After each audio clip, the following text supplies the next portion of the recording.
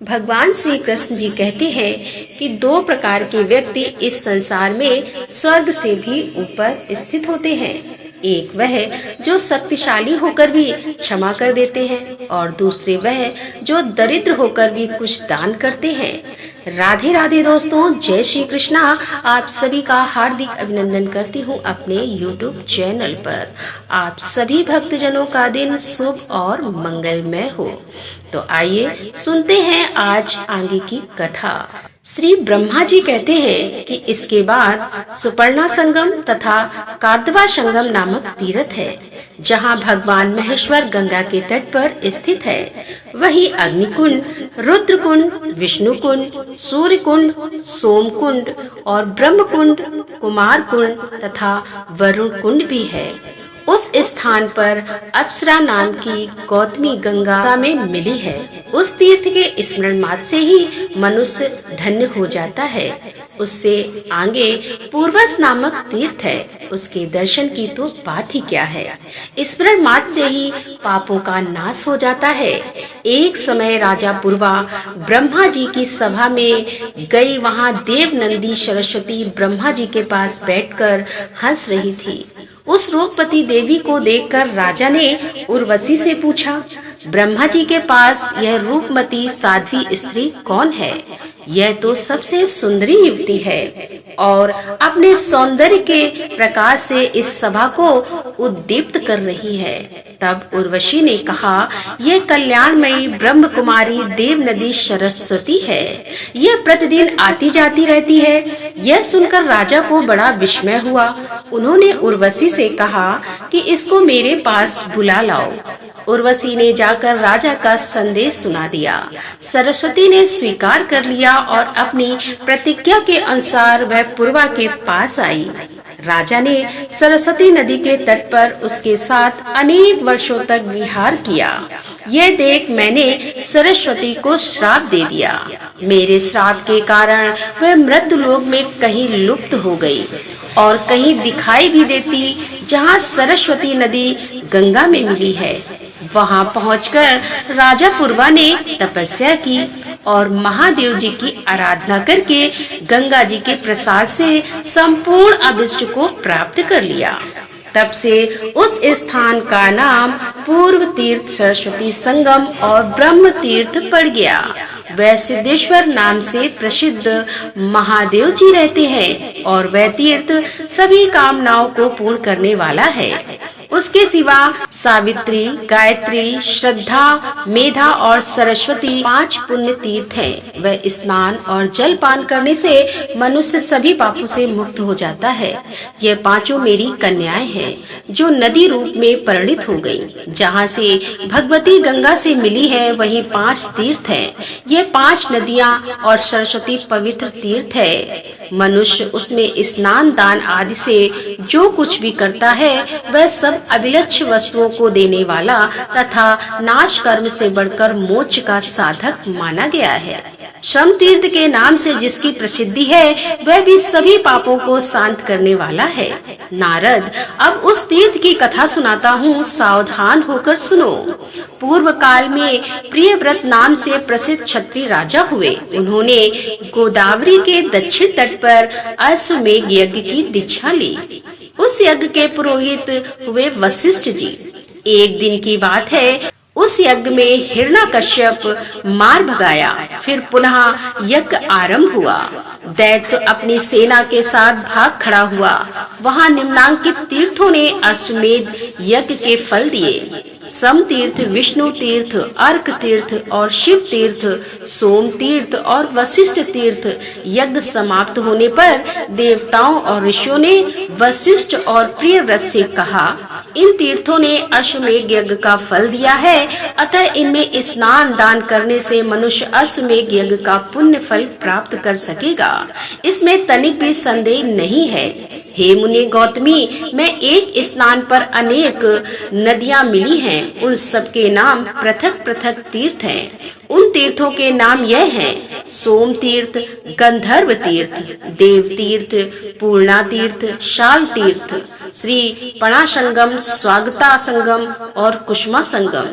पुष्टि संगम, कणिका संगम, वैष्णवी संगम, कृष्णा संगम, वासवी संगम, शिव शर्मा, सिखी, कुसुम्भिका, उपरा शांति, जादेवज, अज, वृद्ध, शुर और भद्र आदि यह तथा और भी बहुत से नदीगण गौतमी से मिले हैं।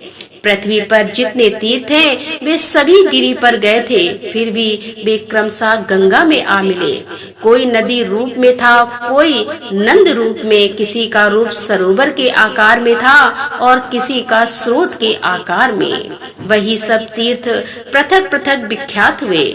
उन सब में किया हुआ स्नान, जप, होम, पितृ तर्पण आदि कर्म समस्त कामनाओं की पूर्ति करने वाला है और मुक्तिदायी माना गया है। जो इनके नामों का पाठ अथवा स्मरण करता है वह सब पापों से मुक्त होकर भगवान विष्णु के धाम में जाता है।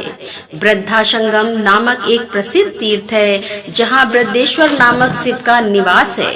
उस तीर्थ की कथा सभी पापों का नाश करने वाली है। अब उस तीर्थ की कथा भी सुनो। पूर्व काल में एक महातपस्वी मुनि थे। उनका नाम था वृद्ध गौतम। वे जब बालक थे तब किसी तरह पिता ने उनका यज्ञोपवीत संस्कार कर दिया। इसके बाद वे बाहर भ्रमण करने को चले गए। उन्हें केवल गायत्री मंत्र याद था। वे वेदों का अध्ययन और शास्त्रों का अभ्यास नहीं कर सके। केवल गायत्री का ही जप और अग्निहोत्र नियम पूर्वक कर लिया करते थे। इतने से ही उनका ब्राह्मण सुरक्षित था। विधि पूर्वक अग्नि की उपासना और गायत्री जप करने से उनकी आयु बहुत बढ़ गई थी और ये भी उनकी अवस्था अधिक हो चुकी थी, किंतु विवाह नहीं हो सका था। कोई उन्हें कन्या देने वाला मिला ही नहीं। गौतम भिन्न भिन्न तीर्थों, वनों और पवित्र आश्रमों में भ्रमण करते रहे।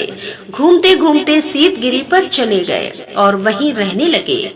वहां उन्होंने एक रमणी गुफा देखी जो लताओं और वृक्षों से घिरी हुई थी। उसमें एक अत्यंत दुर्बल वृद्धा तपस्वी रहती थी। उसके सभी अंग शिथिल हो गए थे। वह बीत राग ब्रह्मचारिणी थी और एकांत में रहा करती थी।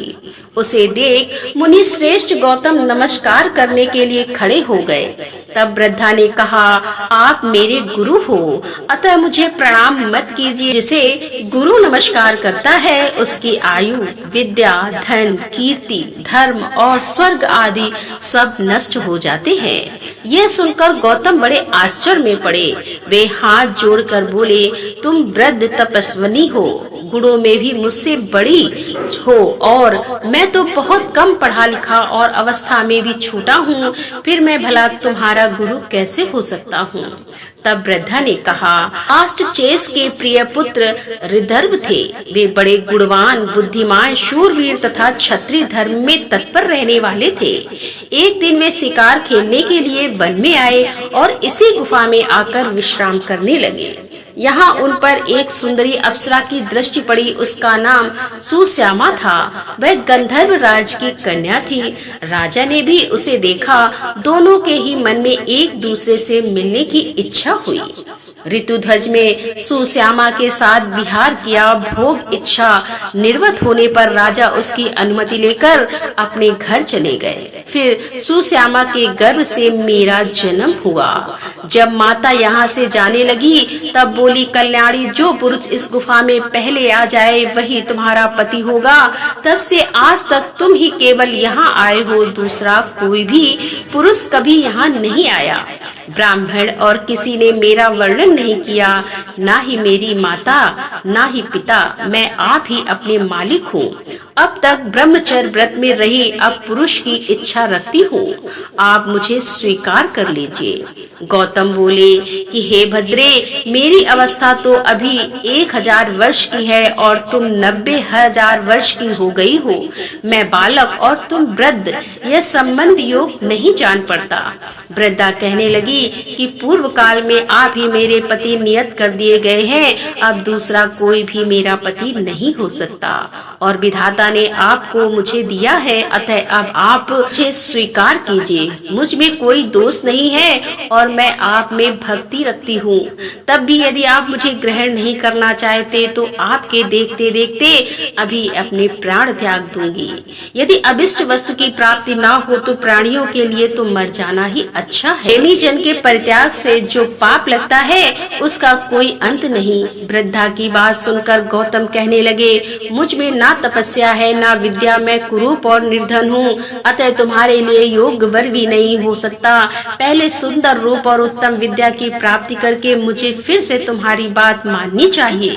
वृद्धा ने कहा, हे ब्राह्मण, मैंने अपनी तपस्या से सरस्वती देवी को संतुष्ट किया है, साथ ही रूप देने वाली अग्नि भी मुझ पर प्रसन्न है, अतः बागेश्वरी देवी आपको विद्या देगी और रूपमान अग्निदेव रूप प्रदान कर देंगे। ऐसा कहकर वृद्धा ने सरस्वती और अग्नि की प्रार्थना करके गौतम को विद्वान और स्वरूपवान बना दिया। तब उन्होंने बड़ी प्रसन्नता के साथ वृद्धा को अपनी पत्नी बनाया और कितने ही वर्षों तक उसके साथ विहार किया। एक दिन वशिष्ठ और वामदेव आदि महर्षि पुण्य तीर्थों में भ्रमण करते हुए उस गुफा में आए। गौतम और उनकी पत्नी ने वहां आए हुए ऋषि मुनियों का विधिवत स्वागत सत्कार किया। उनमें से कुछ लोगों ने गौतम का उपहास करते हुए पूछा, बूढ़ी माँ, यह तो बताओ, यह गौतम तुम्हारे पुत्र लगते हैं या पोते? कल्याणी, सच सच बताना। वृद्ध पुरुष के लिए युवती स्त्री विष के समान है और वृद्धा स्त्री के लिए युवा पुरुष अमृत के समान है। और प्रेम अप्रेम सहयोग हमने दीर्घ काल के पश्चात अगर कहीं देखा तो बस यही देखा है। गौतम और उसकी पत्नी दोनों ही इस परिहास को सुनकर मौन रह गए। अतिथि ग्रहण करके सभी महर्षि चले गए। अब उनके जाने के बाद उनकी बातों को याद करके यह दोनों दंपति बड़े दुखी हुए। एक दिन स्त्री सहित गौतम ने मुनिवर अगस्त्य जी से पूछा कि हे महर्षि, कौन सा देश या तीर्थ ऐसा है जहाँ जाने से कल्याण की प्राप्ति हो सकती है? तब मुनिवर अगस्त्य ने कहा कि हे ब्राह्मण, मैंने मुनियों के मुख से सुना है कि गोदावरी नदी में स्नान करने से सभी कामनाएं पूर्ण हो जाती हैं। अगस्त्य मुनि की यह बात सुनकर गौतम उस वृद्धा के साथ गौतमी तट पर गए और कठोर तपस्या करने लगे। उन्होंने भगवान शंकर और विष्णु का स्तवन किया तथा पत्नी के लिए गंगा जी को भी संतुष्ट किया। गौतम ऋषि जी बोले कि हे शिव, जिनका हृदय व्यथित है ऐसे पुरुषों के लिए संसार में पार्वती सहित आप ही शरण हैं। ठीक वैसे ही जिस प्रकार मरुभूमि के पथिकोंडा भरा करता है, सुधामयी तरंगों से सुशोभित है, गौतमी तुम वैकुंठ रूपी दुर्ग में पहुंचने के लिए सीढ़ी हो। हम अधोगति में पड़कर संतप्त हो रहे हैं, माते तुम हमारे लिए शरण हो जाओ। सबको शरण देने वाली गौतमी गंगा गौतम के स्रोत से प्रसन्न होकर बोली कि हे ब्राह्मण, तुम मंत्र पढ़ते हुए मेरे जल से अपनी पत्नी का अभिषेक करो, इससे यह रूपवती हो जाएगी और इसके सभी अंग मनोहर होंगे, नेत्र भी सुंदरता आ जाएगी तथा यह सभी प्रकार के शुभ लक्षण में शोभा पाने लगेगी। गंगा जी के आदेश से दोनों ने ऐसा ही किया। अतः उनकी कृपा से दोनों पति पत्नी सुंदर रूप वाले हो गए। उनके अभिषेक का जो जल था वह नदी रूप में परिणित हो गया। वृद्ध नाम से ही उस नदी की ख्याति हुई। गौतम ने जो शिवलिंग की स्थापना की वह भी वृद्धा के ही नाम पर वृद्धेश्वर कहलाया। वही मुनि श्रेष्ठ गौतम ने वृद्धा के साथ पूर्ण आनंद भी प्राप्त किया। तब से उसका नाम वृद्धा संगम हो गया और वहाँ किया हुआ स्नान और दान सभी मनोरम सिद्ध करने वाला है। तो राधे राधे दोस्तों, आज का अध्याय का यही समापन करते हुए इसके आगे की कथा लेकर हम आपके सामने फिर उपस्थित होंगे। तब तक के लिए राधे राधे, जय श्री कृष्णा, हर हर महादेव, जय भोलेनाथ की।